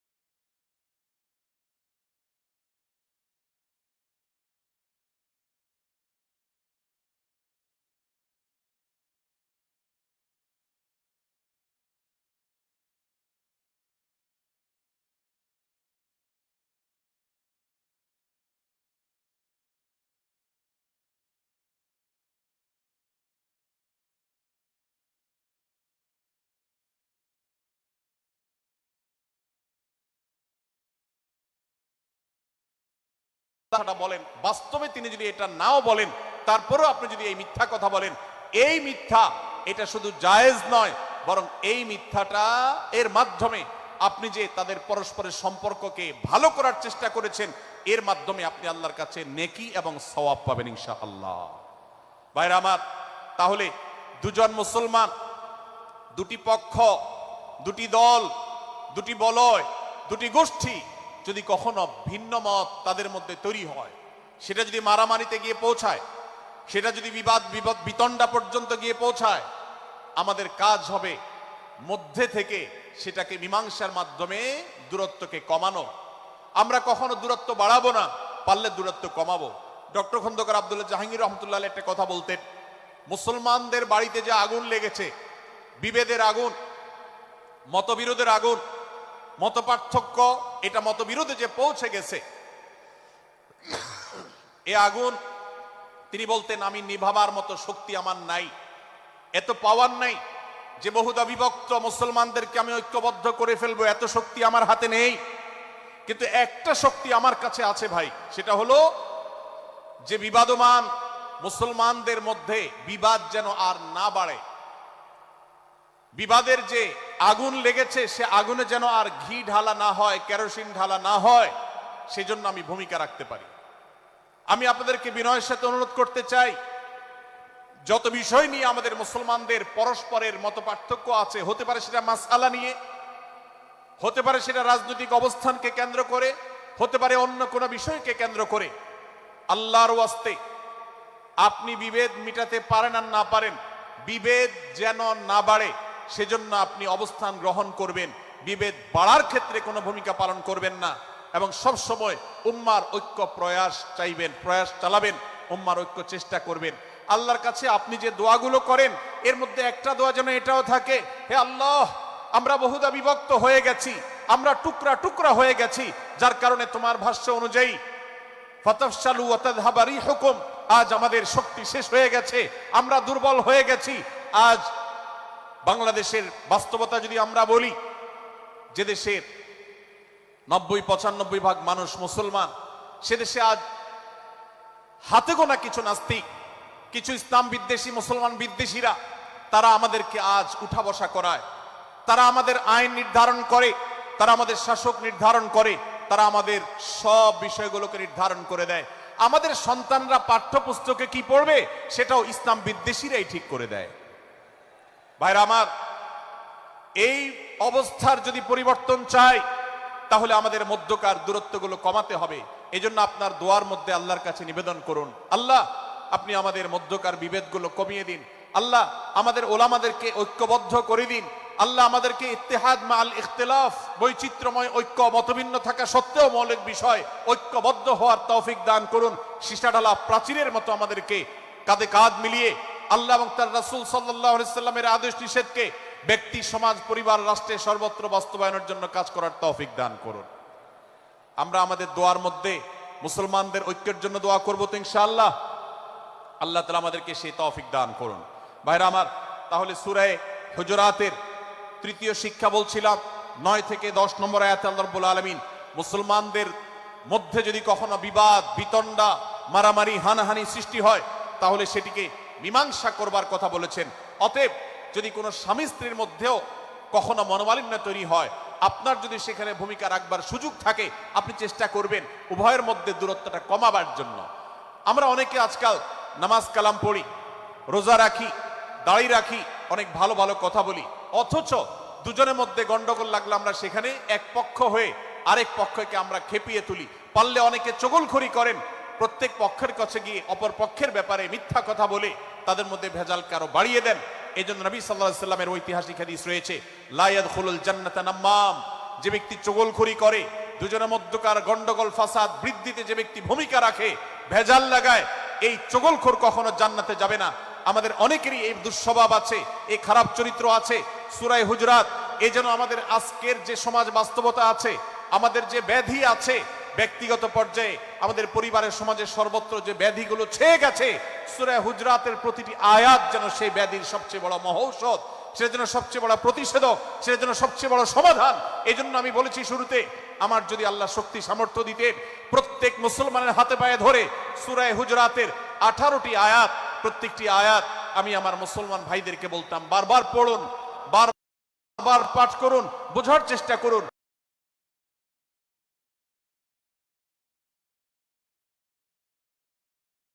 জীবনকে পরিবর্তন করুন। এদেশে নামাজি মুসলমান আপনি কম বেশি পাবেন,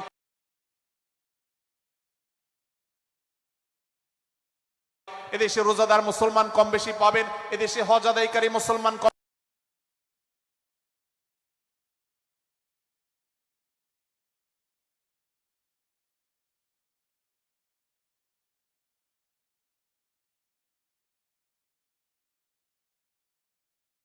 বেশি পাবেন, এদেশে তাসবিরত মুসলমান কম বেশি পাবেন, কিন্তু এদেশে আচার আচরণ, কাজ কারবার, আখলাক এবং বান্দার হক এবং অধিকার, অন্যের অধিকার সংশ্লিষ্ট বিষয়ে সচেতন মুসলমান আপনি খুব বেশি পাবেন না। আর এই জন্যই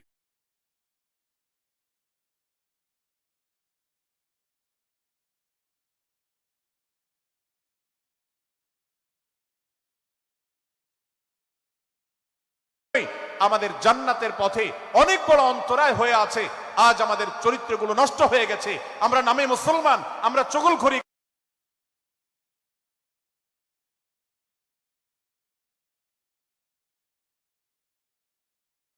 করি, আমরা নামে মুসলমান, দুজনের মধ্যে গন্ডগোল সৃষ্টি করে দেই। গন্ডগোল আগে থেকে সৃষ্টি থাকলে সেটাকে বাড়াবার চেষ্টা করি। আমরা নামে মুসলমান, আমাদের শিষ্টাচার নাই, আদব নাই, লেহাজ নাই। এই জন্য সূরা হুজরাতের প্রতিটি আয়াত আমাদেরকে শিক্ষা দেয়। আল্লাহ তাআলা আমাদের সকলকে এই শিক্ষাগুলো আজকের এই মাহফিল থেকে আমাদের বুকের ভেতরে পরম যত্ন সহকারে নিয়ে যাওয়ার এবং আমাদের জীবনকে পরিবর্তন করার তৌফিক দান করুন। ভাইরা আমার, তৃতীয় এই শিক্ষাটি শেষ করে আমি বলতে চাচ্ছি, চতুর্থ আয়াতে আল্লাহ রাব্বুল আলামিন আমাদেরকে বলেছেন আমরা যেন কেউ কাউকে নিয়ে বিদ্রূপ না করি, ব্যঙ্গ না করি, কেউ কাউকে যেন বাজে নামে না ডাকি, কেউ যেন কাউকে খোঁচাখুচি না করি, কেউ যেন কারোর নাম বিকৃত করে তাকে না ডাকি। ভাইরা আমার, এই আয়াতটি আমি শুরুতে তেলাওয়াত করেছি। আল্লাহ বলেছেন ইয়া আইয়ুহাল্লাযীনা আমানু লা ইয়াসখার কওমুম মিন কওমিন আসা আন ইয়াকুনু খায়রাম মিনহুম। হে ঈমানদারেরা, হে মুসলমানেরা, তোমাদের কেউ যেন অন্য কারোর নাম ধরে অন্য কাউকে ব্যঙ্গ বিদ্রূপ ঠাট্টা না করে। আমরা একে অন্যকে নিয়ে ঠাট্টা করি কি করি না? বিদ্রূপ করার রোগ আমাদের মধ্যে আছে না নাই? ভাইরা আমার, জাগতিক বিষয় তো আছেই, এমনকি দুর্ভাগ্যজনক বাস্তবতা হলো ধর্মের নামে, ইসলামের নামে এই কাজগুলো আমাদের মধ্যে আছে না নাই? আমরা যারা ইসলামের খেদমত মনে করে আমার ভিন্ন মতের ভিন্ন দলের মুসলমানকে খোঁচাখুচি করি, আমরা যারা আল্লাহর খেদমত মনে করে, ইসলামের সেবা মনে করে, দাওয়াতের কাজ মনে করে, ইসলাম প্রচার মনে করে ভিন্ন মতের অন্য দলের মুসলমানকে নিয়ে ব্যঙ্গ বিদ্রূপ আর হাসাহাসি করি, তাদেরকে সোশ্যাল মিডিয়াতে, অনলাইনে, অফলাইনে তুচ্ছতাচ্ছিল্য করি, আল্লাহর শপথ করে বলছি এটা ইসলামের সেবা নয়, এটা হলো প্রবৃত্তির পূজা, এটা হলো আপনার নফসের পূজা, এটা হলো আপনার প্রবৃত্তির গোলামি করা, এটা আল্লাহর গোলামি নয়, এটা ইসলামের খেদমত নয়, এটা ইসলামের 12টা বাজানো। ভাইরা আমার, কোন অবস্থাতে একজন মুসলমান অন্য মুসলমানকে নিয়ে ব্যঙ্গ বিদ্রূপ করতে পারে না।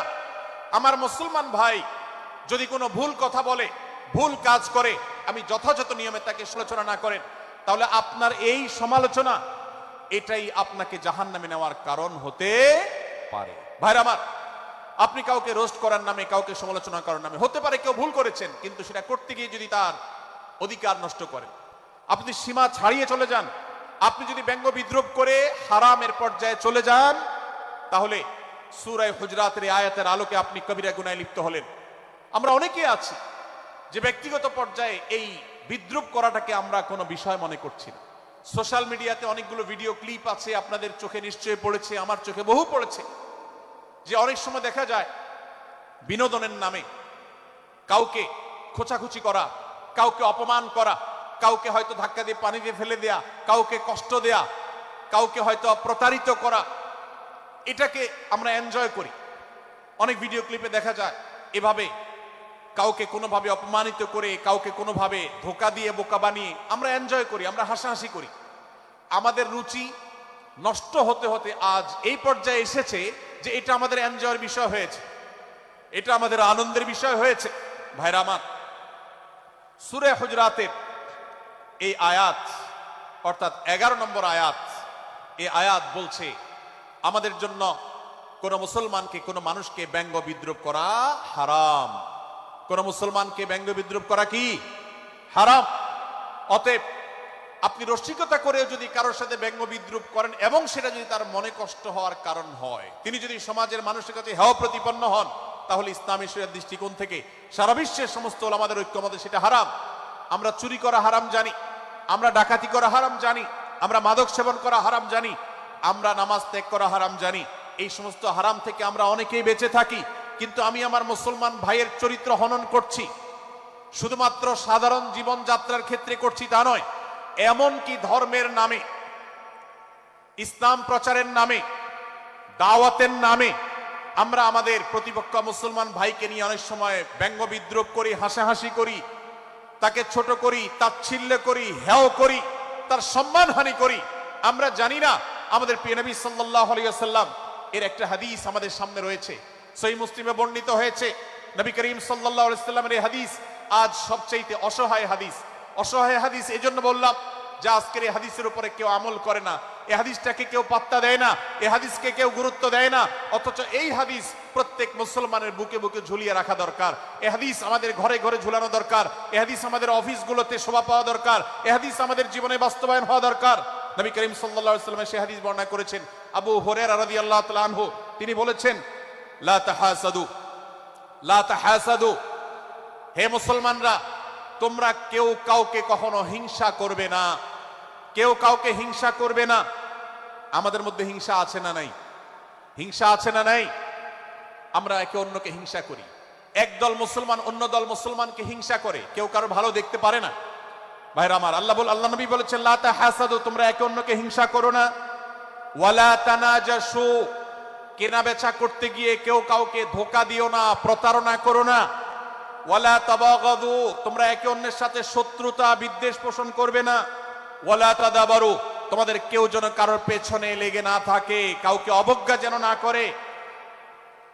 ওয়ালা ইয়াবি আহাদুকুম আলা বাই'i আখিহি, এবং তোমাদের কেউ যেন আরেকজনের কেনাবেচার উপরে সেখানে ইন্টারফেয়ার করে সে যেন সেখানে কোন প্রকার ক্ষতিগ্রস্ত কাউকে না করে। ওয়াকুনু ইবাদাল্লাহি ইখওয়ানা, হে মুসলমানরা, তোমরা আল্লাহর বান্দা, ভাই ভাই হয়ে থাকো। তোমাদের মধ্যে মত পার্থক্য থাকুক, দলগত মত পার্থক্য, অবস্থানগত মত পার্থক্য, থটগত মত পার্থক্য, মাযহাব মাসলাবগত মত পার্থক্য থাকুক, কিন্তু তোমরা আল্লাহর বান্দা, ভাই ভাই হয়ে থাকো। এক দলের মুসলমানকে আল্লাহ তাআলা ভাই ভাই হতে বলেন নাই, এক গ্রুপের মুসলমানকে আল্লাহ ভাই ভাই হতে বলেন নাই, এক বলয়ের মুসলমানকে আল্লাহ ভাই ভাই হতে বলেন নাই, নিজ দলের মুসলমানের সাথে আল্লাহ ভাই ভাই থাকতে বলেন নাই। আল্লাহ বলেছেন সকল মুসলমানদের সাথে ভাই ভাই হয়ে থাকার জন্য, ভ্রাতৃত্বের বন্ধনে থাকার জন্য। এজন্য আল্লাহ নবী সাল্লাল্লাহু আলাইহি ওয়াসাল্লাম সে নির্দেশ করেছেন।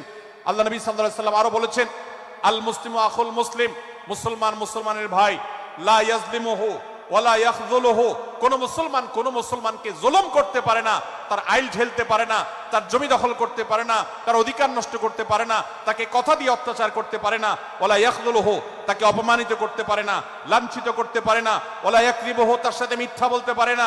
ওয়ালা ইয়াহকিরুহু, তাকে তাচ্ছিল্য করতে পারে না। আত্তাকওয়া হাহুনা, আত্তাকওয়া হাহুনা, আত্তাকওয়া হাহুনা।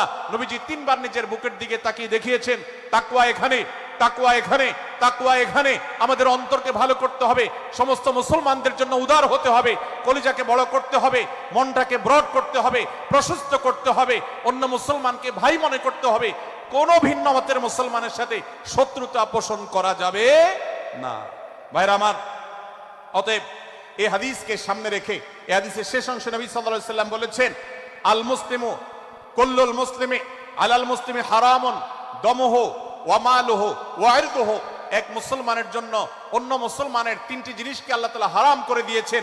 কোন মুসলমানের রক্ত এটা প্রবাহিত করা, কাউকে হত্যা করা যেরকম হারাম, কোন মুসলমানের সম্পদ অন্যায়ভাবে আপনি ভোগ করবেন, দখল করবেন, মেরে দিবেন, এটা হারাম।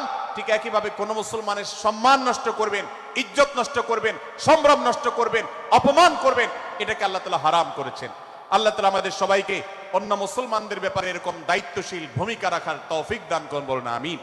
ভাইরা আমার, সূরা হুজুরাতের 4 নম্বর আয়াতের এই শিক্ষাকে ধারণ করে আমরা কারোর প্রতি ব্যঙ্গাত্মক আচরণ করব না। অনেক মুসলমান আছেন অন্য মুসলমানদের নাম ধরে ধরে বিদ্রুপ ব্যঙ্গ করেন, নাম বিকৃত করেন। অনেক সময় আমরা রসিকতা করেও আমাদের অনেকের নাম বিকৃত করি। আল্লাহ সুবহানাহু ওয়া তাআলা এটাকে হারাম করেছেন। এমনকি নবী সাল্লাল্লাহু আলাইহি সাল্লাম বলেছেন, লা তাকুল লিকাসিরিন ইয়া কাসিরু, কোন খাটো বা বেটে মানুষকে হে বেটে, হে খাটো এরকম বলে ডেকো না। নবী সাল্লাল্লাহু আলাইহি সাল্লাম বলেছেন এভাবে ডাকলে তিনি অপমানিত হন। আল্লাহ তাকে এভাবে সৃষ্টি করেছেন। আমরা অনেক সময় দেখা যায় একে অন্যকে খোঁচা মারতে গিয়ে তার গায়ের রং কালো হলে, তিনি দেখতে আকারে ছোট হলে তাকে আমরা ব্যঙ্গ করি, বিদ্রুপ করি, তাকে আমরা তাচ্ছিল্য করি, তাকে আমরা অপমান করি, তাকে আমরা অপদস্থ করি। ভাইরা আমার, এটা আমাদের জন্য হারাম। আমি আবারও বলছি, চুরি হারাম আমরা জানি, ডাকাতি হারাম আমরা জানি, আমরা অন্যান্য হারামের কথা জানি, কিন্তু এই যে এক মুসলমান অন্য মুসলমানের অধিকার নষ্ট করা হারাম, এটা আমরা জানি না। এক মুসলমান অন্য মুসলমানের নাম বিকৃত করা হারাম, এটা আমরা জানি না। এই ব্যাপারেও আমরা দেখেছি যে আমরা যারা ইসলামের দাওয়াতের কথা বলি, কোরআন হাদিসের কথা বলি, তারাও দেখা যায় সোশ্যাল মিডিয়াতে, ফেসবুকে একদল মুসলমান অন্য দলে মুসলমানদেরকে নানা বাজে উক্তি দিয়ে ডাকাডাকি করে, বিকৃত নামে ডাকে, বিকৃত উপাধি দেয়, খারাপ কথা বলে,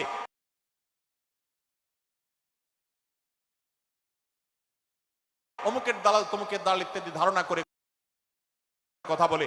এই কাজগুলো হারাম, এগুলো আমরা কখনো করব না। 5 নম্বর যে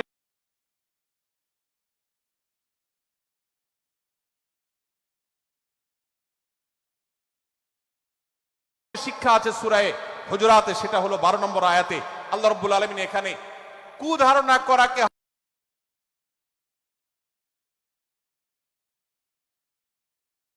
হারাম করেছেন, মন্দ ধারণা করতে আল্লাহ তাআলা নিষেধ করেছেন, এবং গীবত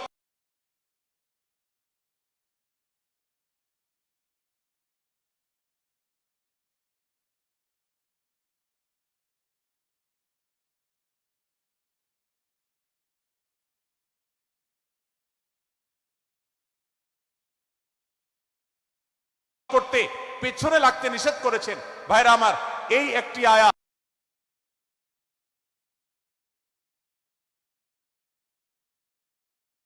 অর্থাৎ সূরা হুজুরাতের 12 নম্বর আয়াত, এই আয়াতটি শিক্ষা ধারণ করে যদি আমরা আমাদেরকে শুধরাতে পারি,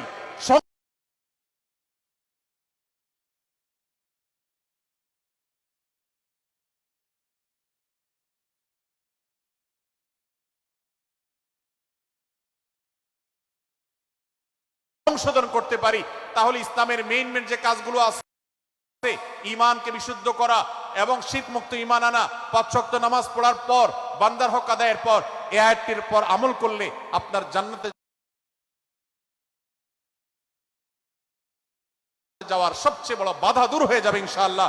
ভাইরা আমার, যে আয়াতে আল্লাহ তাআলা আমাদেরকে কারো প্রতি মন্দ ধারণা করতে নিষেধ করেছেন, গীবত করতে নিষেধ করেছেন, কারো পেছনে লাগালাই করতে নিষেধ করেছেন, সেই আয়াতে আল্লাহ রাব্বুল আলামিন বলেছেন, ইয়া আইয়ুহাল্লাযীনা আমানু ইজতানিবু কাসীরাম মিনায-যন্ন, হে ঈমানদারেরা, হে মুসলমানরা, তোমরা কারোর প্রতি ধারণা, মন্দ ধারণা তোমরা করো না, এটা থেকে বিরত থাকো।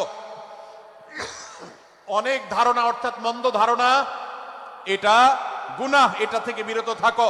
ইন্না বা'দায-যন্নি ইসম, কারণ কিছু কিছু ধারণা অর্থাৎ যেগুলো মানুষের সম্পর্কে কোনো তথ্য উপাত্ত ছাড়া নিছক ধারণা প্রসূত মন্দ ধারণা করা হয়, সেগুলো গুনাহের কারণ, সেগুলো অপরাধের কারণ, সেগুলো কবিরা গুনাহ, সেগুলো পাপাচার, সেগুলো আল্লাহর অসন্তুষ্টির কারণ।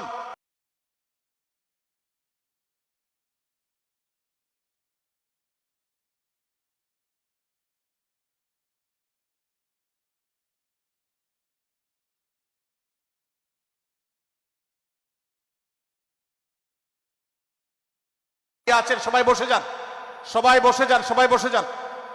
যশোরের মানুষের দুর্নাম হোক, আপনারা কি চান? আপনারা কি চান যশোরের মানুষের দুর্নাম হোক? তাহলে আশপাশে ভাইরা ওনাদেরকে সবাইকে বসায় দেন, বসায় দেন, কাউকে দাঁড়ায় থাকতে দিবেন না। ভাই সবাই বসেন, সবাই বসে যান, এখানে যারা দাঁড়িয়ে আছেন সবাই বসেন, অনুগ্রহ করে সবাই ধৈর্য ধারণ করেন এবং বসেন। আজকের এই মাহফিল সুন্দরভাবে শেষ হোক। আপনারা কি চান কি চান না? ভাই আপনারা কি চান কি চান না? যদি আপনারা চান, অনুগ্রহ করে আমার ডান পাশে যারা বিশৃঙ্খলা করছেন তারা বসে যান। আপনাদেরকে আমরা অনুরোধ করছি এখান থেকে বসে যান। আপনারা কি ডক্টর মিজানুর রহমান আজহারী সাহেবের আলোচনা শুনতে চান কি চান না? যদি চান তাহলে মেহেরবানি করে আওয়াজ বন্ধ করে পরিবেশ শান্ত করে, এখানে অল্প কিছু মানুষের মধ্যে বিশৃঙ্খলা দেখা যাচ্ছে। কোনো কারণে এত বড় মাহফিল, এত মানুষের লাখো লাখো মানুষের সমাগম, এখানে কোনো কারণে ঝামেলা হতেই পারে, কিন্তু আমরা অনুগ্রহ করে ধৈর্য ধারণ করি। ধৈর্য কোথায়? সবাই বসে যাই, সবাই বসে যান, আওয়াজ বন্ধ করে। ভলান্টিয়ার ভাইয়েরা এদিকে বিনয়ের সাথে মানুষদেরকে বসানোর জন্য চেষ্টা করেন। আশেপাশের যারা আছেন বসে, তারা দাঁড়ানো ভাইদেরকে হাতে পায়ে ধরে বসান, সবাই সবাইকে টান দিয়ে বসান। ভাই এ পাশে যারা বিশৃঙ্খলা আচরণ করছেন তারা আপনারা একটু বসেন। আপনারা যদি বিশৃঙ্খলা আচরণ না থামান তাহলে সেক্ষেত্রে মাহফিল সুন্দরভাবে শেষ করা যাবে না। আমার আলোচনার শেষের দিকে আমরা আলোচনা শেষ করে এশার নামাজ পড়বো, তারপরে আমাদের শেষ অধিবেশন হবে ইনশাআল্লাহ। তারপরে এশার ওকে।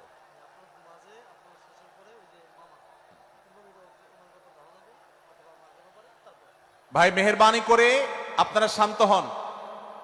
আমাদের আলোচনার পর আজকের আমাদের প্রধান আকর্ষণ এবং প্রধান বক্তা ডক্টর মিজানুর রহমান আজহারী হাফিজাহুল্লাহ তিনি আসবেন, তিনি আলোচনা করবেন। তারপরে আমরা মাঠে ইনশাআল্লাহ সবাই জামাতের সাথে এশার সালাত আদায় করব।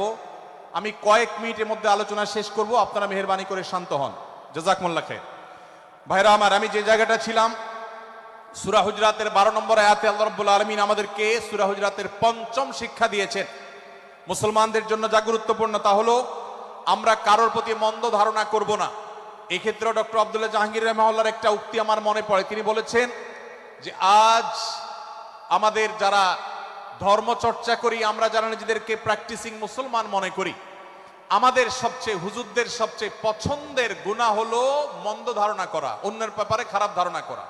অমুক অমুকের দালাল, তমুক তমুকের দালাল, কোন তথ্য উপাত্ত ভিত্তি প্রমাণ ছাড়া নিছক ধারণার উপর ভিত্তি করে অন্য মুসলমান ভাইকে আমি এরকম নানা তকমা দিয়ে আমরা কবিরা গুনাহে লিপ্ত হচ্ছি। আমরা এই বদ ধারণা করা, মন্দ ধারণা করা যে কবিরা গুনাহ অনেকে জানি না। অনেকে অনেকের পেছনে লাগছি, অনেকে অনেকের ওয়াজ শুনছি দোষ বাইর করার জন্য, স্ট্যাটাস পড়ছি ভুল বাইর করার জন্য।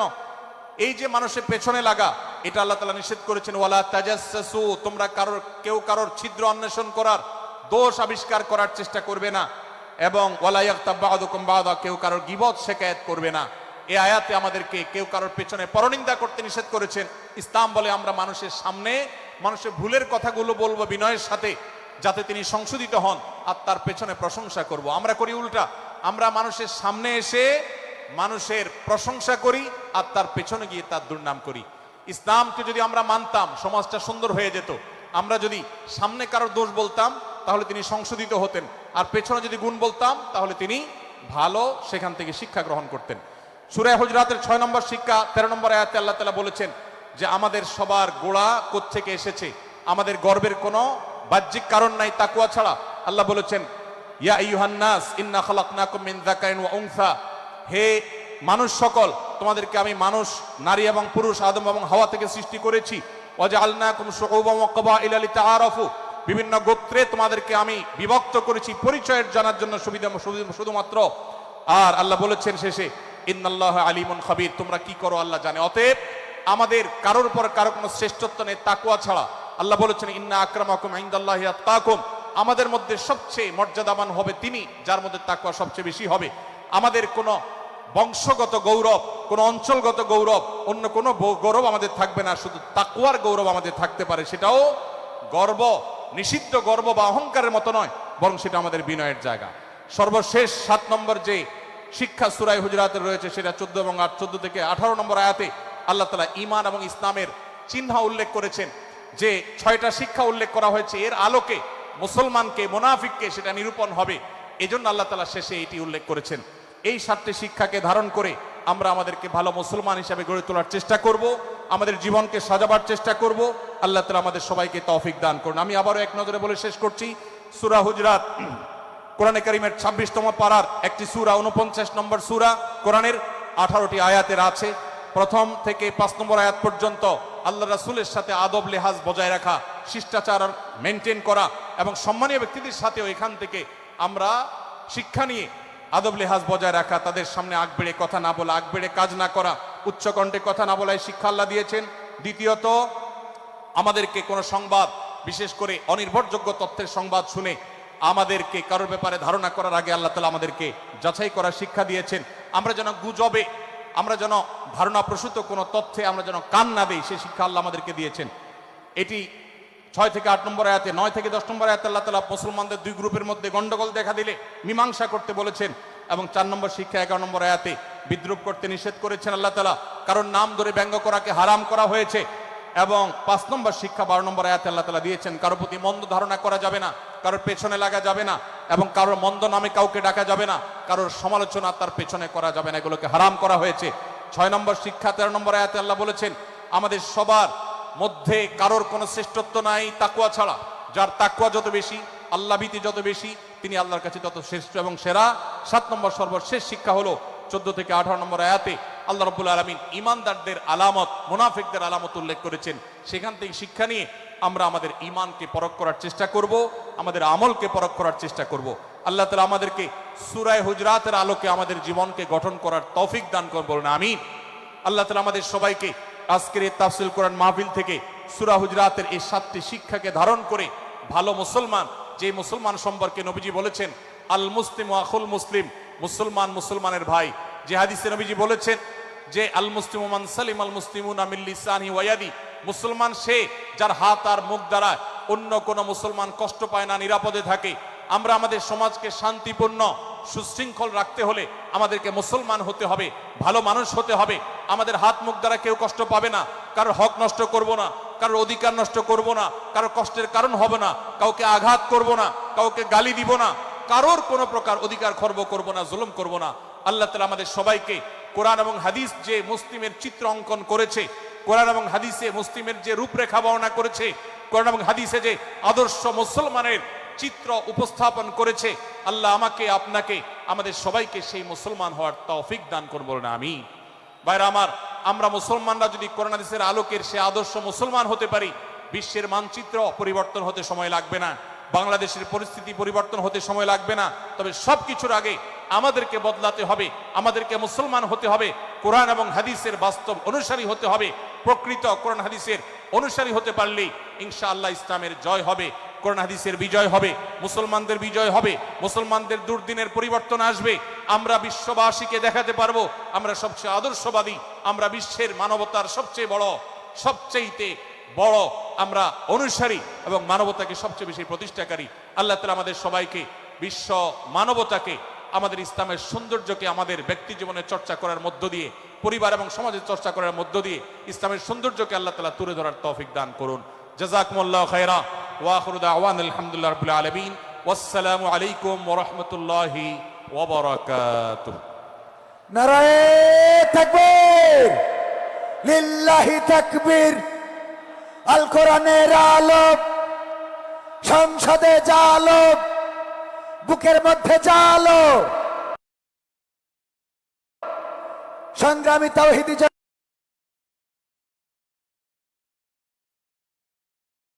জনতা 3 দিন ব্যাপী ঐতিহাসিক তাফসীরুল কোরআন মাহফিলের শেষ দিনের সমাপনী অংশে